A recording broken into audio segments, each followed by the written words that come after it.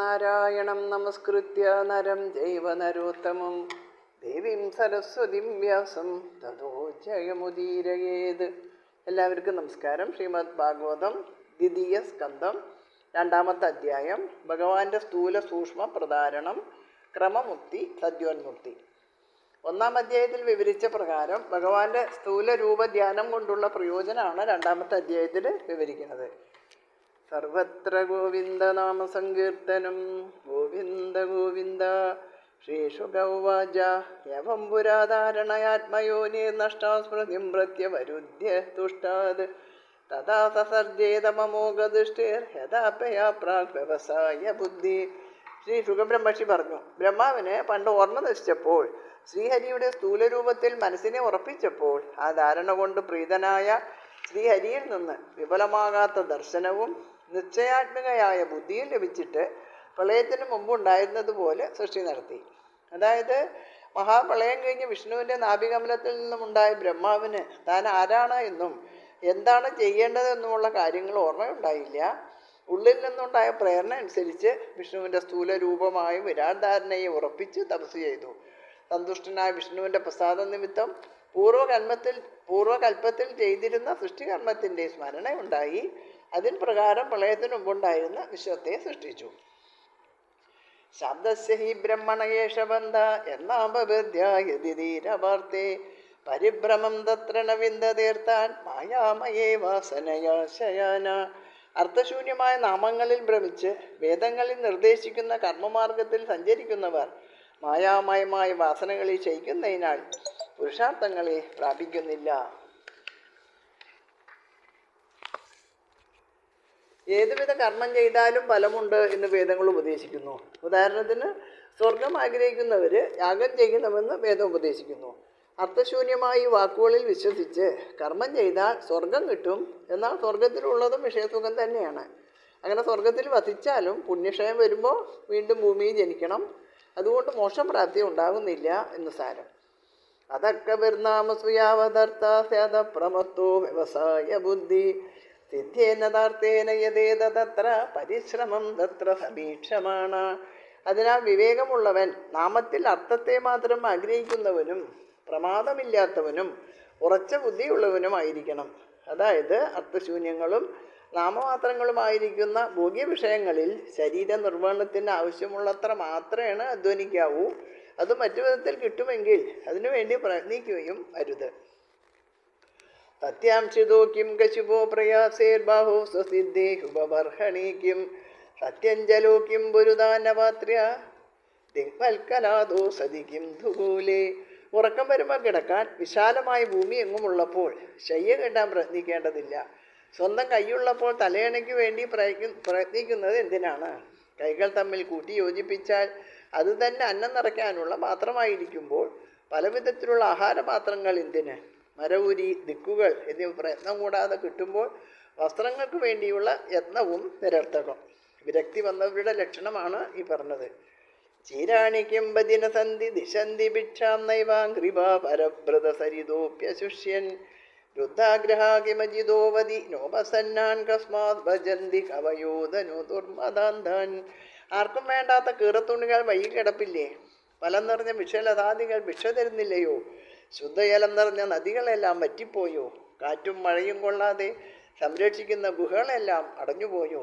ഇതൊന്നും കിട്ടിയില്ലെങ്കിൽ തന്നെ ശരണം പ്രാപിച്ചവരെ അജിതൻ പറയുമ്പോൾ ഭഗവാൻ രക്ഷിക്കുവാനില്ലയോ? ഇങ്ങനെയൊക്കെ ഉള്ളപ്പോൾ ധനമതം കൊണ്ട് അന്ധരായ ജനങ്ങളെ വിവേകികൾ എന്തിന് ആശ്രയിക്കണം?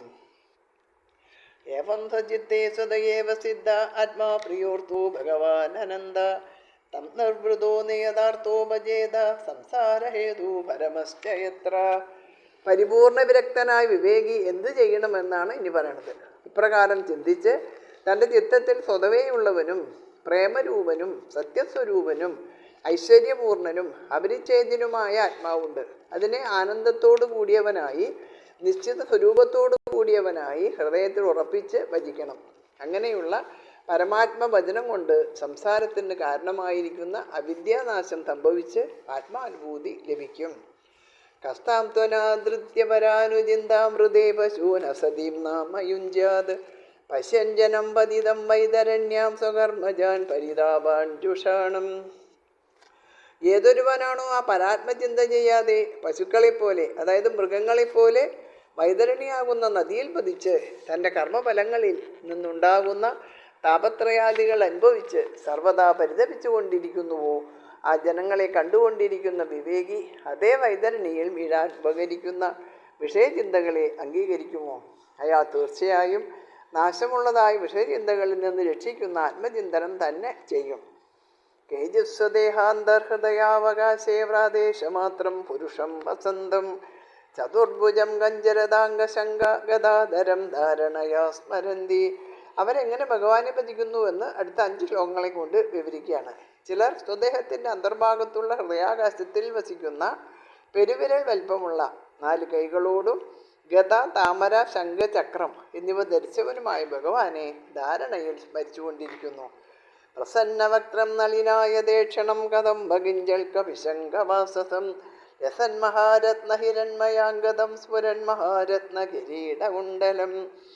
പ്രസന്നമായ മുഖത്തോടു കൂടിയവനും താമര പോലെ നീണ്ടു മനോഹരമായ കണ്ണുകളുള്ളവനും കദംബപുഷ്പത്തിൻ്റെ കേസരം പോലെ മഞ്ഞ നിറമുള്ള പട്ടുടുത്തവനും ഏറ്റവും ശോഭിക്കുന്ന മഹാരത്നങ്ങൾ പതിച്ച സ്വർണ്ണത്തോൾ വളയങ്ങളും പ്രകാശമാനമായ രത്നങ്ങൾ പതിച്ച കിരീടവും കുണ്ടലങ്ങളും അണിഞ്ഞിരിക്കുന്നു. ഉന്നിദ്രഹൃത് പങ്കജകർണികാലയേ യോഗേശ്വര സ്ഥാപിതപാദപല്ലവം ശ്രീലക്ഷ്മണം കൗസ്തുഭരത്നകന്ധരം അമ്ലാനലക്ഷ്മ്യ വനമാലയാജിതം. വികസിച്ച ഹൃദയപത്മത്തിൻ്റെ മധ്യമാകുന്ന വാസസ്ഥാനത്തിൽ യോഗീശ്വരന്മാരാൽ സ്വഹൃദയത്തിൽ സ്ഥാപിക്കപ്പെട്ട പല്ലവതുല്യമായ പാദപത്മങ്ങളും മാരിടത്തിൽ ശ്രീദേവിയാകുന്ന പ്രത്യേക ചിഹ്നമുള്ളവനും ഒരിക്കലും വാടാത്ത ശോഭയുള്ള വനമാലയാൽ വ്യാപ്തനുമാണ് ആ വിഷ്ണു. വിഭൂഷിതം മേഖലയാങ്കുലീയകീർ മഹാധനേ നൂപുരകങ്കണാദിപി സ്നിഗ്ധാമലാകുഞ്ചിത നീലകുന്തളേർ വിരോചമാനാനണഹാസവേശലം. കാന്തിയേറിയ അരഞ്ഞാണം കൊണ്ടും വിരലുകളിൽ വിലമതിക്കാൻ കഴിയാത്ത മോതിരങ്ങൾ കൊണ്ടും ഏറ്റവും വിലപിടിച്ച കാൽച്ചിലമ്പും കൈവളകളും മിനുപ്പും മർദ്ദവുമുള്ള അഗ്രം കറുത്തു ചുരുണ്ട മനോഹരമായ തലമുടിയും ശോഭയേറിയ പുഞ്ചിരിയോട് കൂടിയവനുമാണ് ആ ഭഗവാൻ. അധീനലീലാഹതിദേക്ഷണോലസദ്ഭ്രൂഭംഗ സംസൂചിത ഭൂര്യനുഗ്രഹം ഈക്ഷേത ചിന്താമയമേനമീശ്വരം യാവന്മനോധാരണയാഭതിഷ്ഠതേ. ഭക്തന്മാരുടെ സർവ്വ അഭീഷ്ടങ്ങളെയും സാധിപ്പിക്കുന്ന ഉദാരമായ മന്ദഹാസത്തോടും കടക്കൻ കടാക്ഷത്താൽ ഉല്ലസിക്കുന്ന പുരിയങ്ങളുടെ ഇളക്കം കൊണ്ട് സൂചിപ്പിക്കുന്ന മഹത്തായ അനുഗ്രഹത്തോടു കൂടിയവനും വിചാരശക്തിയാൽ രൂപീകരിക്കപ്പെട്ടതുമായ ഈശ്വരനെ മനസ്സിൽ ധാരണ കൊണ്ട് ഉറയ്ക്കുന്നതുവരെ ധ്യാനിക്കണം. ഏകൈകശോങ്കാനിധിയാനുഭാവയേ പാദാദിയാവദ്ധസിതം ഗതാഭൃത ജിതം ജിതം സ്ഥാനമബോഹ്യധാരയേത് പരം പരം ശുദ്ധ്യതി ദീർഘ്യതായത. ഗദാധരനായ ഭഗവാന്റെ പാദം മുതൽ മന്ദഹാസം വരെയുള്ള അവയവങ്ങളെ ഓരോന്നായിട്ട് മനസ്സിന് ഇളക്കം വരാതെ ധ്യാനിക്കണം. ഏതേത് അവയവം പ്രയാസം കൂടാതെ ധ്യാനദൃഷ്ടിയിൽ കാണുന്നുവോ അതതിനെ വിട്ടിട്ട് മേൽക്കുമേലെയുള്ള അവയവങ്ങളെ ബുദ്ധിപ്രസാദം സിദ്ധിക്കുന്നതുവരെ ധ്യാനിക്കണം. യാവന്ന ജായേത പരാവരേസ്മിൻ വിശേശ്വരേ ദൃഷ്ടരി ഭക്തിയോഗ താപസ്തവീയ പുരുഷസ്യ രൂപം പ്രിയാവസാനേ പ്രയതസ്മരേത. ഈ ലോകത്തിൽ സർവത്തിൻ്റെയും നിയന്താവും സർവത്തിനും കാര്യകാരണ സ്വരൂപനുമായിരിക്കുന്ന ദ്രഷ്ടാവായ സർവേശ്വരനിൽ പരമപ്രേമരൂപമായ ഭക്തിയോഗം ഉറയ്ക്കുന്നതുവരെ അവശ്യം അനുഷ്ഠിക്കേണ്ട കർമ്മങ്ങളുടെ അവസാനത്തിൽ ഈശ്വരൻ്റെ ഏറ്റവും സ്ഥൂലരൂപമായ രൂപത്തെയും ധ്യാനിക്കണം. ഭക്തിയോഗം ഉറക്കാൻ വേണ്ടിയിട്ടാണ് സ്ഥൂലരൂപത്തെയും ധ്യാനിക്കണം എന്ന് പറഞ്ഞത്. സ്ഥിരം സുഖം ചാസനമാഷിതോ യഥാജിഹാസ്വരീം അമംഗലോകം കാലേജദേശേജ മനോന സജ്ജയെ പ്രാണാൻ നിയച്ചേൻ മനസാജിതാസ്തു. മരണമെടുത്തിരിക്കുന്ന പുരുഷൻ എന്താണ് ചെയ്യേണ്ടതെന്ന് ചോദിച്ചതിന് സമാധാനമാണ് ഇതുവരെ പറഞ്ഞത്.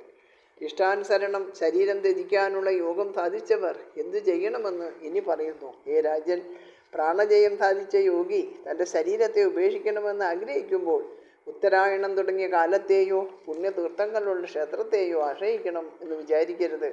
അവന് സിദ്ധി നൽകുന്നത് അതൊന്നുമല്ല, അവൻ അഭ്യസിച്ചിരിക്കുന്ന യോഗം തന്നെയാണ് സിദ്ധി നൽകുന്നത് എന്നുള്ള ഉറപ്പോടെ സ്ഥിരവും സുഖവുമായ ആസനത്തിലിരുന്ന് മനസ്സിനെ പ്രാണഗതിയോടൊപ്പം അടക്കണം. വിഷയങ്ങളിൽ മനസ്സു പോകാതെ നിയന്ത്രിക്കണം. മനസ്സബുദ്ധ്യാമലയാ നിയമ്യ ക്ഷേത്രജ്ഞയേതാ നിനയേത്തമാത്മനി ആത്മാനമാത്മന്യവരുദ്ധ്യധീരോ ലബ്ധോപശാന്തിർവിരമേതകൃത്യാത്. മനസ്സിനെ വിഷയങ്ങളിൽ നിന്നും മാറ്റിയാൽ തന്നെ ചാഞ്ചല്യം നിലച്ചു. അപ്പോൾ സ്വബുദ്ധി കൊണ്ട് മനസ്സിനെ അടക്കിയിട്ട് ബുദ്ധിയെയും വിട്ടിട്ട് ശേഷിക്കുന്നതിനെ ജീവാത്മാവിലും ഉറപ്പിക്കണം. പിന്നെ ജീവാത്മാവിനെ പരമാത്മാവിൽ ലയിപ്പിക്കണം. അപ്പോൾ താൻ തന്നെ പരമാത്മാവ് എന്ന് അറിയാൻ കഴിയും. തന്നെ കൂടാതെ ഇവിടെ അന്യമായിട്ടൊന്നുമില്ലെന്നും അറിയും. അങ്ങനെ പരമാത്മസ്വരൂപനായിട്ട് കൃത്യങ്ങളിൽ നിന്ന് വിരമിച്ച് ഉപശാന്തി ലഭിച്ച് യോഗി സ്ഥിതി ചെയ്യുന്നു. നയത്ര കാലോ നിമിഷാംബരപ്രഭോ കുതോനുദേവാ ജഗതാം യൈശിരേ നയത്ര സത്വം നരജത്തമശ്ചാനവേ വികാരോ ന മഹാൻ പ്രധാനം.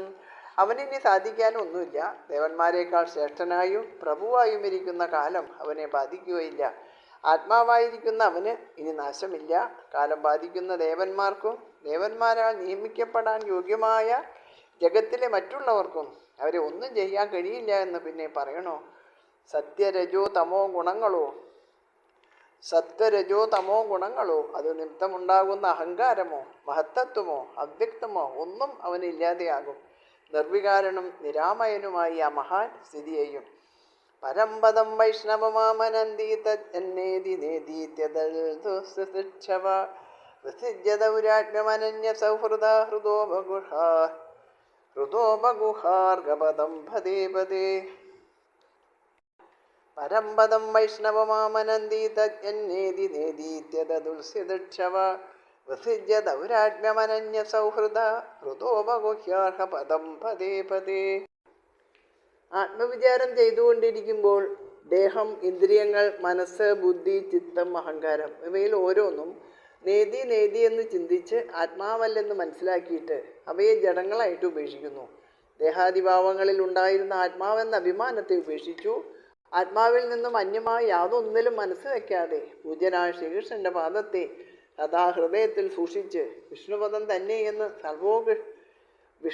തന്നെയാണ് സർവോകൃഷ്ടമെന്ന് അനുഭവിച്ചറിഞ്ഞ് അതിനെ മാത്രം ആശ്ലേഷിച്ച് പരമപ്രേമത്തോടെ ഇരിക്കണം.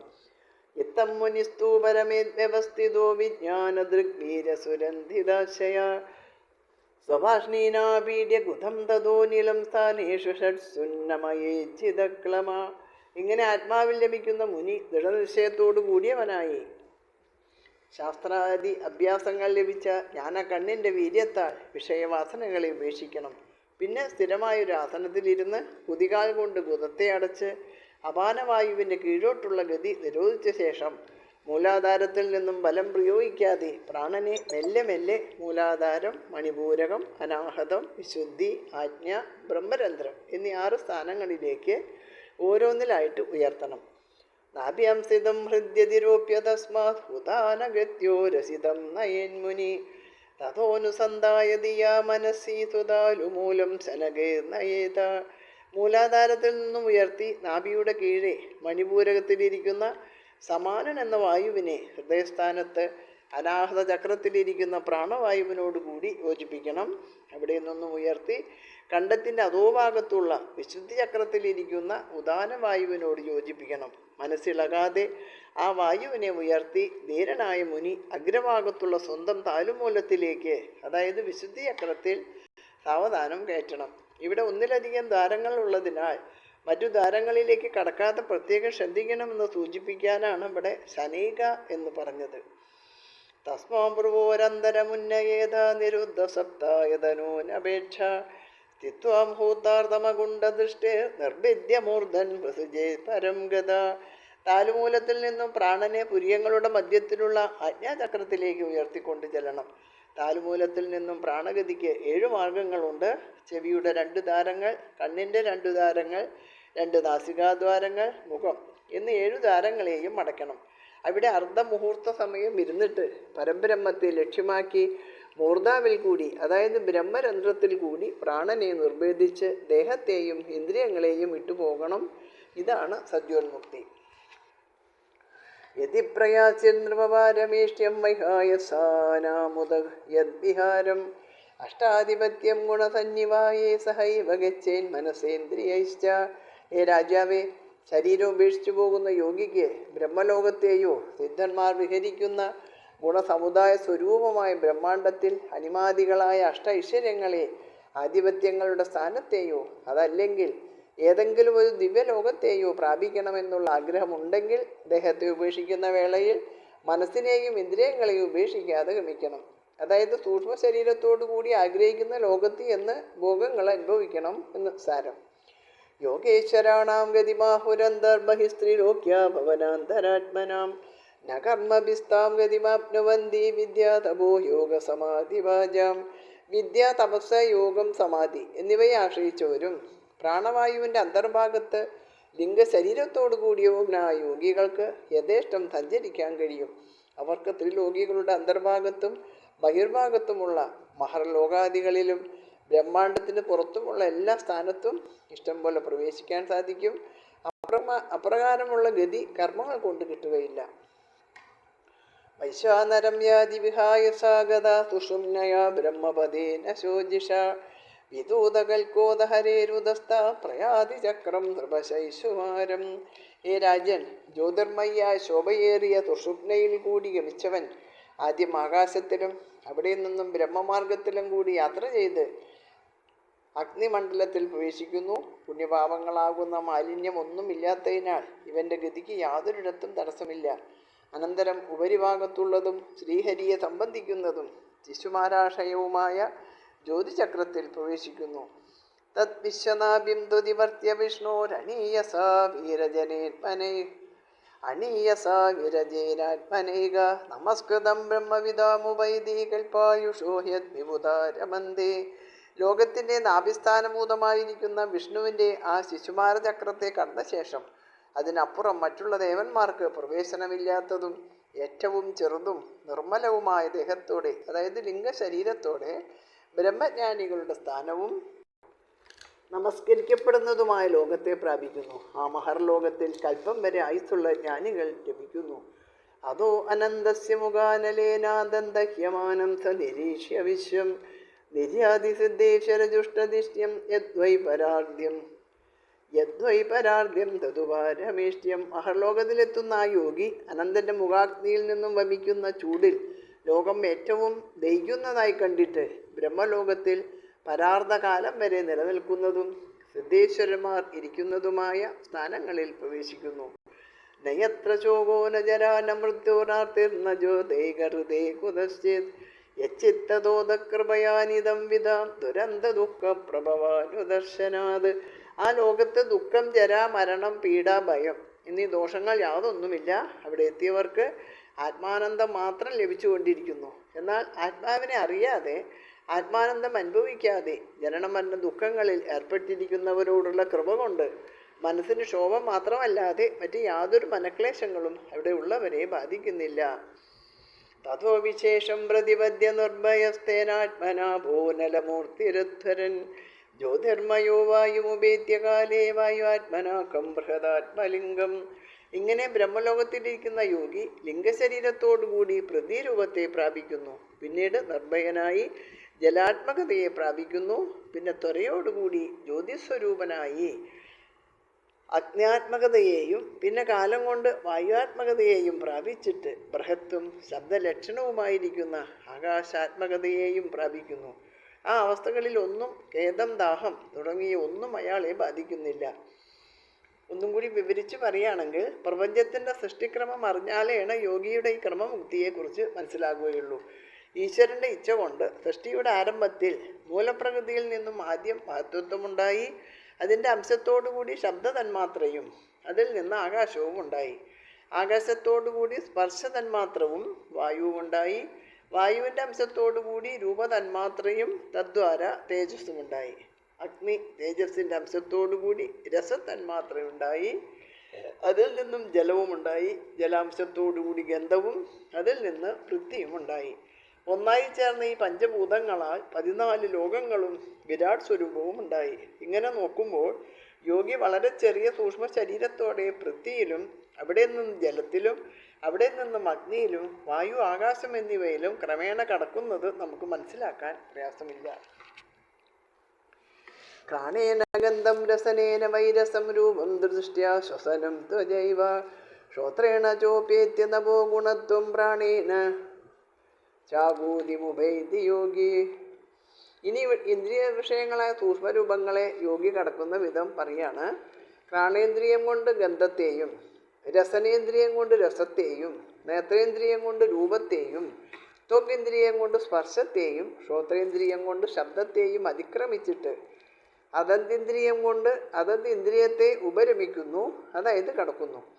സഭൂത സൂക്ഷ്മേന്ദ്രിയ സന്നികർഷം മനോമയം ദേവമയം വികാര്യം സംസാദ്യഗത്യാ സഹതേനയാതി വിജ്ഞാനതത്വം ഗുണസന്നിരോധം. സൂക്ഷ്മഭൂതങ്ങളുടെയും ഇന്ദ്രിയങ്ങളുടെയും ലയസ്ഥാനമായിരിക്കുന്ന താമസാഹങ്കാരത്തെയും രാജസാഹങ്കാരത്തിൻ്റെയും മനസ്സിൻ്റെയും ഇന്ദ്രിയ ദേവതകളുടെയും ലയസ്ഥാനമായിരിക്കുന്ന സാത്വികാഹങ്കാരത്തെയും പ്രാപിച്ചിട്ട് അതോടുകൂടിയ ഗതി കൊണ്ട് ഗുണങ്ങളുടെ ലയസ്ഥാനമായിരിക്കുന്ന മഹത്തത്വത്തെ പ്രാപിക്കുന്നു. മുകളിൽ പറഞ്ഞ ഓരോന്നിനെയും അവയുടെ ഉൽപ്പത്തി സ്ഥാനത്ത് ലയിപ്പിച്ചിട്ട് പ്രകൃതി സ്വരൂപനായിട്ട് ഭവിക്കുന്നു എന്ന് അർത്ഥം. തേനാത്മനാത്മാനമുപേതി ശാന്തം ആത്മാ ആനന്ദമാനന്ദമയോപസാനേ ഏതാം ഗതിം ഭാഗവതിം ഗതോയ സവേ പുനർനേഹ വിഷജ്ജതേങ്ക. ഹേ രാജാവേ, ആ സ്വരൂപത്തോടുകൂടെ ആനന്ദമയനായിട്ട് അവസാനത്തിൽ ആനന്ദസ്വരൂപമായും ശാന്തമായും ഇരിക്കുന്ന പരമാത്മാവിനെ പ്രാപിക്കുന്നു. ഭഗവത് സ്വരൂപമായിട്ടിരിക്കുന്ന ഈ അവസ്ഥയെ യാതൊരുവൻ പ്രാപിച്ചുവോ അവൻ പിന്നെ ഈ സംസാരത്തെ പ്രാപിക്കുന്നില്ല. ഇതാണ് മോക്ഷപ്രാപ്തി എന്ന് അർത്ഥം. ഏതേ ശ്രുതീതേ നിർവവേദഗീതേ ത്വയാ വിഭൃഷ്ടേഹ സനാതനേജ യവൈ പുരാ ബ്രഹ്മണാഹ പൃഷ്ട ആരാധിതോ ഭഗവാൻ വാസുദേവ.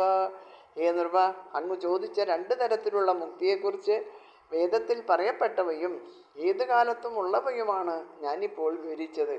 സദ്യോമുക്തിയും ക്രമമുക്തിയും എന്ന ഈ 2 മാർഗവും പണ്ട് ഭഗവാൻ വാസുദേവൻ ബ്രഹ്മാവ് ചോദിച്ചതിന് ഉത്തരമായി പറയപ്പെട്ടതാണ്.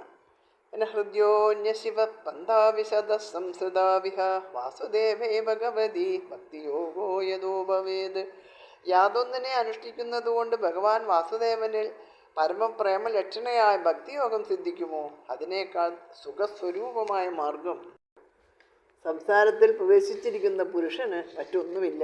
യോഗമാർഗത്തേക്കാൾ ഭഗവാൻ ശ്രീകൃഷ്ണനിലുള്ള ഭക്തിയോഗമാണ് സംസാരത്തിലുള്ള പുരുഷന് കൂടുതൽ ശ്രേയസ്കരം എന്ന് സാരം. ഭഗവാൻ ബ്രഹ്മ കാശേന ത്രിരന്വീക്ഷ്യ മനീഷയ തദ്യപശ്യത് കൂടസ്ഥോ വിധിരാത്മന്യതോ ഭവേത്. ബ്രഹ്മാവ് കൂടസ്ഥനായി നിർവികാരനായിരുന്നിട്ട് സ്വബുദ്ധി കൊണ്ട് വേദത്തെ മുഴുവൻ 3 തവണ പരിശോധിച്ചിട്ട് സർവാത്മസ്വരൂപനായിരിക്കുന്ന ശ്രീഹരിയിൽ പരമപ്രേമം ജനിപ്പിക്കുവാൻ ഉപകരിക്കുന്ന മാർഗം ഏതാണോ അതുതന്നെ ഏറ്റവും ഉത്കൃഷ്ടമായ മാർഗം എന്ന് തീർച്ചയാക്കി. ഭഗവാൻ സർവഭൂതേഷു ലക്ഷിത സ്വാത്മനാ ഹരി ദൃശ്യേ ബുദ്ധ്യാദിദ്രഷ്ട ലക്ഷണേനുമാപകേ. ഭഗവാൻ ശ്രീഹരി സകല ഭൂതങ്ങളിലും ജഡങ്ങളായും ബുദ്ധ്യാദികളെ കൊണ്ട് അനുമാനിക്കാൻ ഉപകരിക്കുന്ന ലക്ഷണങ്ങളെ കൊണ്ടും ആത്മാവായി ദ്രഷ്ടാവായി കാണപ്പെട്ടിരിക്കുന്നു. അനുഭവിച്ചതിൽ മാത്രമേ രതി ഉണ്ടാവുള്ളൂ. അനുഭവിക്കാത്തതിൽ നമുക്ക് രതി ഉണ്ടാകുകയില്ല. അതെങ്ങനെ സംഭവിക്കുക എന്നാണ് ആ ചോദ്യത്തിന് ഉത്തരമാണ് ഈ ശ്ലോകം. ഭഗവാൻ അറിയപ്പെടാത്തവനല്ല, എല്ലാവരും അറിയുന്നവൻ തന്നെയാണ് എന്നാണ് പറയുന്നത്. അതിനാൽ ഭഗവാനിൽ രതിക്ക് എല്ലാവർക്കും അവകാശമുണ്ട്. എല്ലാവരിലും ജീവരൂപേണ കുടികൊള്ളുന്ന ഭഗവാനെ ബുദ്ധി കൊണ്ടും അനുമാനം കൊണ്ടും ലക്ഷണങ്ങൾ കൊണ്ടും തിരിച്ചറിയാം. അവനിൽ രതി ഉണ്ടാവാൻ എല്ലാവർക്കും അവകാശമുണ്ട് എന്ന് സാരം. തസ്മാ സർവാത്മനാരാജൻ ഹരി സർവത്ര സർവദാ ശ്രോതവ്യാകർത്തിതവ്യശ്ച സ്മർത്തവ്യോ ഭഗവാൻ നൃണാം. അതിനാൽ ഹേ രാജൻ, ഹരി സർവത്ര സർവദാ മനുഷ്യർ എല്ലായ്പ്പോഴും കേൾക്കേണ്ടതും കീർത്തിക്കേണ്ടതും സ്മരിക്കേണ്ടതും ശ്രീഹരിയെക്കുറിച്ച് തന്നെ. പിബന്തിയേ ഭഗവതാത്മനഃ സദാം കഥാമൃതം ശ്രവണപുടേഷു സംവൃതം പുനന്തിതേ വിഷയവിദൂഷിതാശയം പ്രചന്തിതചരണസരോരുഹാന്തികം. തത്വക്കളുടെ ഹൃദയാന്തർഭാഗത്ത് ആത്മസ്വരൂപമായിട്ട് പ്രകാശിച്ചു കൊണ്ടിരിക്കുന്ന ഭഗവാന്റെ കഥയാകുന്ന അമൃതത്തെ ശ്രവണപുടങ്ങളിൽ നിറച്ചിട്ട് യാതൊരുവൻ സേവിക്കുന്നുവോ അവർ വിഷയവാസനകളാൽ നിറച്ചിരിക്കുന്ന അവരുടെ അന്ധകരണത്തെ പരിശുദ്ധമാക്കിയിട്ട് ജന്മാവസാനത്തിൽ അവൻ്റെ ചരണാരവിന്ദത്തിൽ ചെന്നു ചേരുന്നു. ഇത് ശ്രീമദ് ഭാഗവതേ മഹാപുരാണേ പാരമഹംസ്യാം സംഹിതായാം ദ്വിതീയസ്കന്ധേ പുരുഷസംസ്ഥാനുവർണ്ണനം നാമ ദ്വിതീയോധ്യായഃ. 2-ാം സ്കന്ധത്തിലെ 2-ാമത്തെ അധ്യായം ഇവിടെ അവസാനിച്ചു. സർവത്ര ഗോവിന്ദനാമസങ്കീർത്തനം. ഗോവിന്ദ ഗോവിന്ദ. ശ്രീകൃഷ്ണാർപ്പണമസ്തു. ഹരി ഓം തത്സത്. ഓം ശാന്തി ശാന്തി ശാന്തി.